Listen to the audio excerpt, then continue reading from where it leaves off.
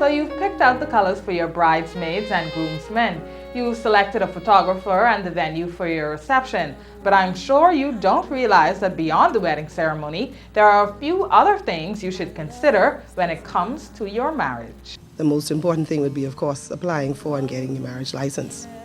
And that is something that would be required of you to be done and to be presented to whoever the marriage officer is who is going to be doing the marriage, performing the marriage ceremony.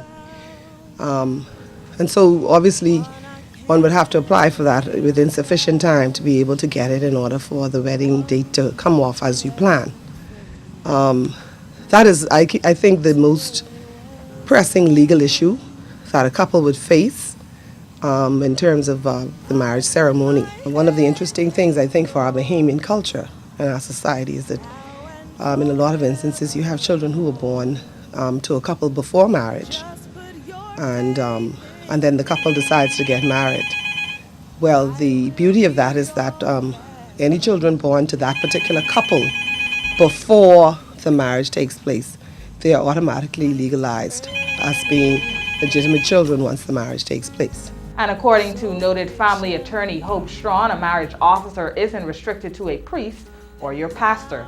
A marriage officer is somebody who has been licensed by the government to perform marriages.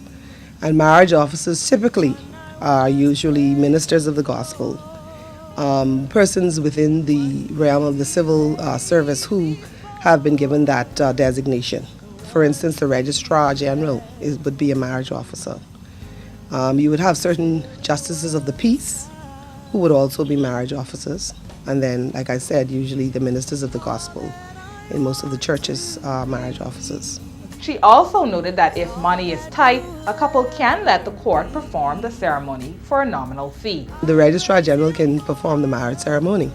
The registrar general, you just you indicate to the registrar that you want him to perform or her to perform the ceremony, and I think they would give you an appointment. And I think the only requirement would be that you have witnesses present. So if you have, I think, 2 witnesses present who actually are able to verify that that marriage ceremony was performed and are able to sign off on that marriage document to say that they did see that performed, then you would have a valid, legally subsisting marriage. I'm Sasha Lightborn, and now you know your rights. The one I can't live without, the one he kept for me until it was